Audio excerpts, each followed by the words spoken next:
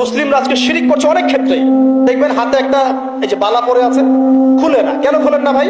বলে যে এটা খুললে যদি রোগ হয়। রোগ দেওয়ার মালিক কে? ওই বালা না আল্লাহ? এই যে আপনার বিশ্বাস জন্মায় নিয়েছে, এই বিশ্বাসটা জন্মিয়েছে আপনার হাতের উপরে, এই বালার উপরে, এটাই শিরক, এটাই শিরক। যদি আপনি বিশ্বাস করেন যে এটা হাতে থাকলে আপনি সুস্থ থাকবেন, হাত থেকে খুলে পড়ে গেলে আপনি আর বাঁচবেন না, এই যে কল্যাণ অকল্যাণের মালিক আপনি কাকে করলেন? ওই বালাকে করেছেন, আল্লাহকে করেন নাই। এখানে শিরক হয়ে গেছে, খুবই সূক্ষ্ম শিরক। আপনি নামাজ পড়ছেন মনে করেন, এখন কিছু মানুষ আসলো, এখন দেখছেন যে হুজুর তো আমার নামাজ দেখছে, নামাজটা খুব সুন্দর করে পড়ার চেষ্টা করলেন, লম্বা নামাজ, সেজদায় গিয়ে আর উঠছেন না, খুব সুন্দর নামাজ পড়ছেন। এই যে মানুষকে দেখানোর জন্য নামাজটা পড়ছেন, এটা শিরক। এটা কি? এটাও শিরক। এই যে গণক বসে আছে রাস্তার পাশে, দেখবেন টিয়া পাখি, টিয়া পাখি নিয়ে, তারপরে যে কাগজ নিয়ে আসেন ভাই ভাগ্য পরীক্ষা করে দেই। আরে ভাই, তুমি যদি মানুষের ভাগ্যই পরীক্ষা করতে পারবা, তো তুমি রাস্তার পাশে কেন? তোমার ভাগ্য কেউ পরীক্ষা করেনি কখনো? এতটুকু কমন সেন্স আমাদের নাই। ও যদি আমার ভালো মন্দ করতে পারে বা ভবিষ্যৎ বলতে পারে, তাহলে ও রাস্তার পাশে বসে আছে কেন? ওর তো প্রাইম মিনিস্টার হওয়ার কথা, ওর তো ইলেকশন করার কথা।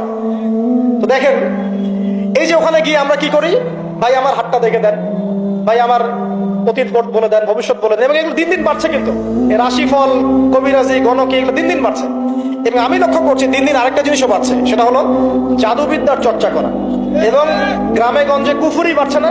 কুফুরি করা, তাবিজ করা, বিচ্ছেদ করা, স্বামী স্ত্রী বিচ্ছেদ করা, মেয়েকে বশ করা, সন্তানকে বশ করা, বাড়ছে না?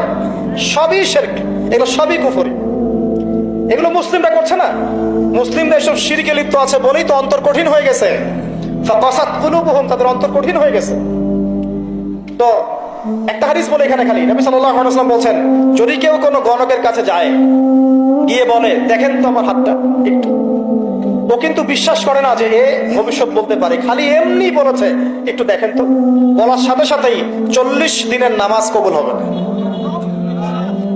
আর যদি তার বলা কথায় বিশ্বাস করে যে হ্যাঁ তোমার ভবিষ্যৎ খুব ভালো, তুমি চাকরি পাবা, এটা করবা সেটা করবা, এবং সে বিশ্বাস করলো হ্যাঁ এটাই হবে, তখন নবী সাল্লাল্লাহু আলাইহি ওয়াসাল্লাম বলেন সে যেন আল্লাহর পক্ষ থেকে যা নাজিল হয়েছে, মানে এই যে কোরআনুল কারীম, এই কোরআনকে যেন সে অস্বীকার করলো, মানে কুফরি করলো।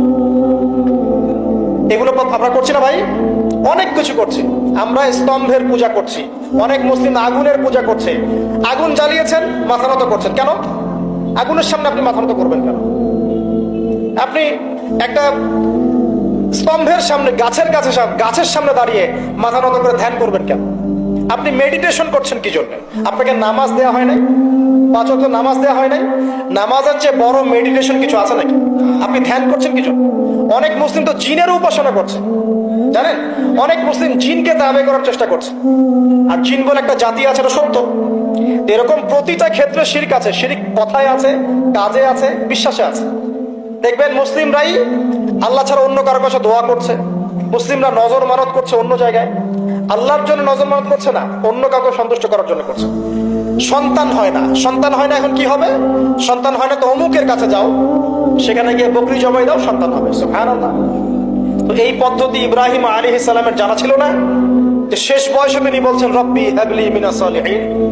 আপনি দোয়া করতে পারেন না? সন্তান হবে না কেন? আল্লাহ পাক তাকদীরে লিখে রাখলেন, অবশ্যই হবে। আর আল্লাহ পাক তাকদীরে না লিখলে কিভাবে হবে? তাকদীরে যে ব্যক্তি বিশ্বাস করে না, সে ব্যক্তি হতাশ হয়। যা কিছু হচ্ছে আমাদের জীবনে সবই তাকদীর, এর বাইরে একটা মানুষও যেতে পারবে না। প্রিয় ভাইরা, কথায়, কাজে এবং চিন্তায় আমরা অনেক শিরিক করছি।